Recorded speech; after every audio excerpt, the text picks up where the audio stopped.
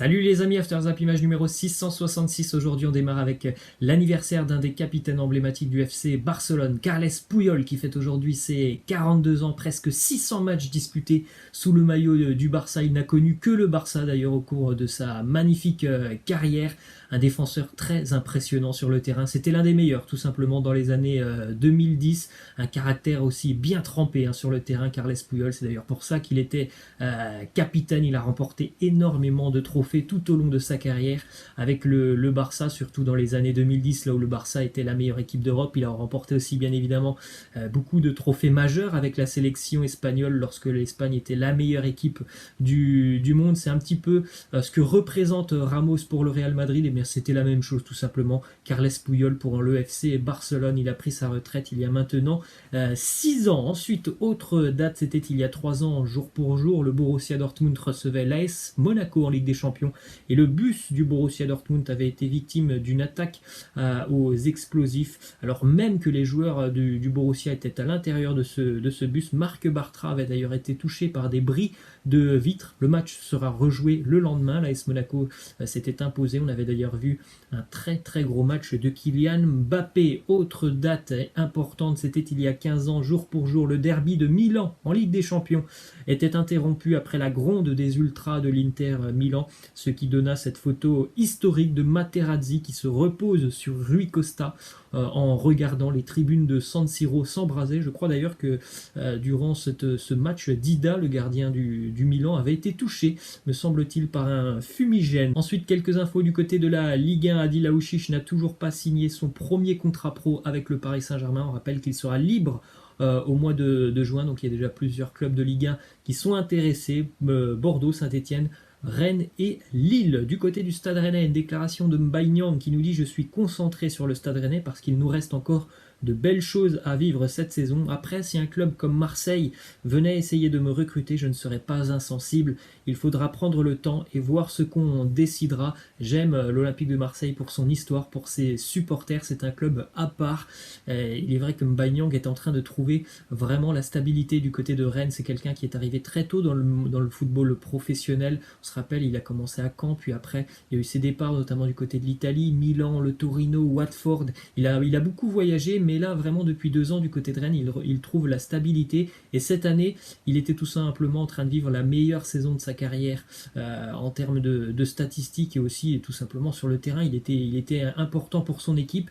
Déjà, l'année dernière, c'était plutôt très intéressant. Cette année, c'était encore mieux. Donc, c'est vraiment quelqu'un qui est en train de trouver la stabilité dans ce club de Rennes et qui peut forcément intéresser l'Olympique de Marseille. Du côté du Paris Saint-Germain, Pablo Sarabia qui nous dit: j'aime communiquer et si je ne comprends pas la langue et que je ne peux pas la parler, cela me frustre un peu. J'essaie de profiter au maximum de ces jours chez moi pour étudier et en sortir avec un meilleur niveau de français. C'est tout à son honneur.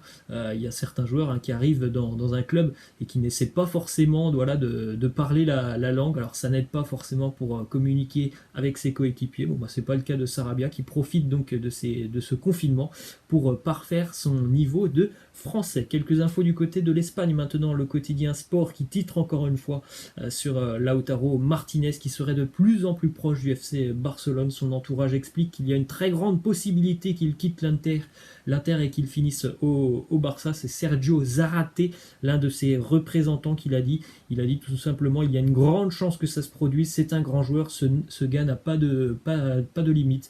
Donc voilà, on va suivre encore ce dossier Lautaro Martinez pendant peut-être encore quelques semaines. Ensuite, une déclaration d'Omar Da Fonseca qui nous dit: Messi, je ne le vois pas partir du Barça tout de suite. D'ici 2 ans, peut-être qu'il ira aux États-Unis, puis je pense qu'il se fera plaisir et il ira retourner en Argentine du côté de son premier club de Newell's Old Boys. En tout cas, je suis un peu de l'avis de Omar Da Fonseca. Alors, je ne sais pas s'il ira aux États-Unis, mais je pense sincèrement qu'on ne verra pas Messi jouer dans un autre club que le FC Barcelone en Europe. Je pense qu'il n'y aura que le Barça et que lorsqu'il partira, ça sera pour moi directement direction l'Argentine et les Newell's Old Boys. Ensuite, du côté du Real Madrid, double déclaration d'Eden Hazard qui nous dit: je continue le travail avec le physiothérapeute par visio. Nous avons commencé le travail il y a 10 jours. Il m'envoie des vidéos et je fais tout pour renforcer ma cheville. Je fais ce que je peux comme exercice à la maison. Peut-être qu'on pourra revoir Eden Hazard lorsque le championnat de Liga reprendra.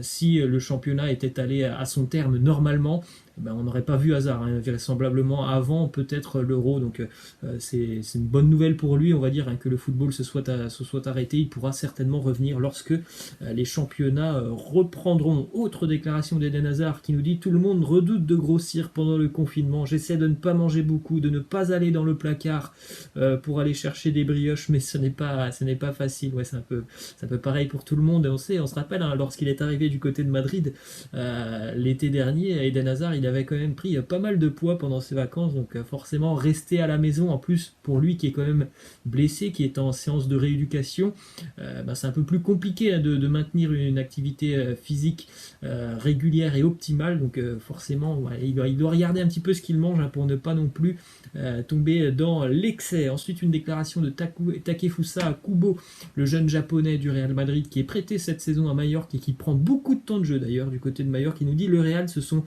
tous des joueurs de très haut niveau, il est difficile de gagner une place là-bas, mais je continue à travailler et à attendre une opportunité. Quand je l'aurai, je ne la gaspillerai pas. C'est un profil très intéressant. Évidemment, il est encore jeune et c'est compliqué, comme il le dit, de gagner une place du côté du Real, mais ce qu'il fait vraiment avec Majorque, c'est plutôt très intéressant et très prometteur pour l'avenir. On poursuit avec du côté de la Première Ligue, le président de Tottenham, Daniel Levy, qui a déclaré tout simplement Harry Kane intransférable. Alors il faut savoir qu'il est intransférable pour tous les clubs anglais. Ils n'ont absolument aucune envie, les Spurs, de renforcer une écurie de Première Ligue. Il y avait depuis quelques jours des rumeurs qui envoyaient Kane du côté de Manchester United.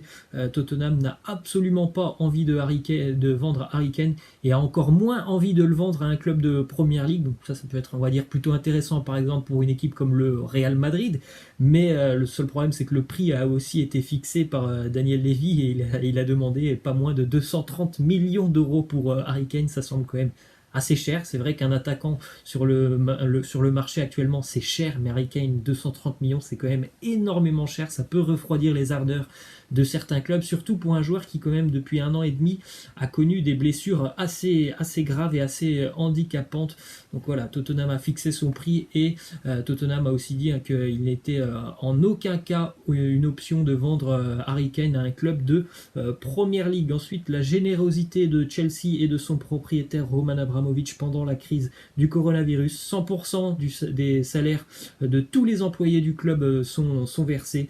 Ouverture de l'hôtel du club pour le personnel de santé, financement des repas pour le personnel de santé. L'équipe a fait un don à des associations caritatives.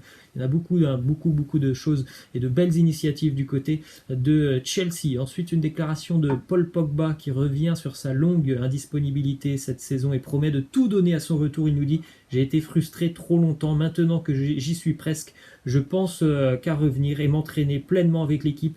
Je n'ai jamais eu quelque chose comme ça dans ma carrière, mais j'essaye de positiver, cela me donne encore plus faim afin de revenir et de bien faire. On espère rapidement le revoir sur les terrains, Paul Pogba. Je pense que lorsque le football reprendra, il sera de retour, peut-être avec Manchester United. En tout cas, c'est ce que j'aimerais, qu'il reprenne un petit peu avec United pour voir un peu ce que ça peut donner avec ce milieu de terrain, notamment Bruno Fernandes, Pogba. Ça peut être intéressant, mais on rappelle qu'il est aussi autour de nombreuses rumeurs qu'il envoie du côté du Real ou de la Juventus. On se dirige maintenant vers l'Italie, les amis, avec 2 infos du côté de la Roma. Le maillot futur de la Roma a fuité, donc voilà, il pourrait ressembler à ça, ce futur maillot pour le club romain l'année prochaine. Plutôt sympa le design du maillot romain. Autre déclaration, celle de Daniele De Rossi, qui nous dit: un jour je voudrais entraîner à la Roma, mais je dois d'abord devenir entraîneur.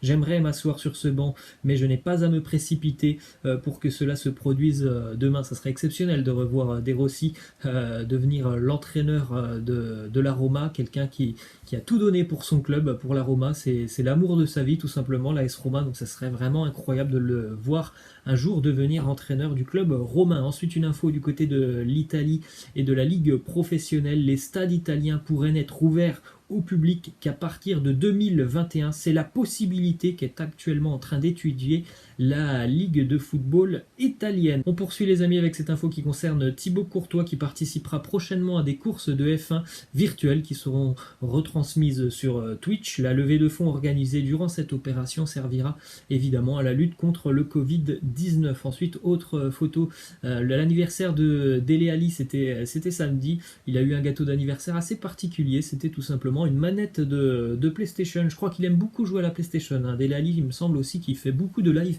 sur Twitch. Ensuite, on continue les amis avec cette info selon laquelle l'UEFA envisage d'organiser les barrages de l'Euro 2020 courant du mois d'octobre ou de novembre. On rappelle que ces matchs devaient se jouer à peu près en ce moment, c'était fin mars, début avril. Ensuite les amis, on va terminer donc avec cette déclaration de Chicharito qui nous dit: c'est incroyable que je sois si bien payé pour faire du sport et que les gens qui essaient de trouver le remède contre quelque chose comme le coronavirus qui paralyse le monde ne gagnent rien économiquement parlant. Ouais. C'est comme ça, hein. Il y a beaucoup trop d'argent dans le monde du football. Voilà les amis, c'est la fin, je vous laisse et je vous dis à demain. Ciao.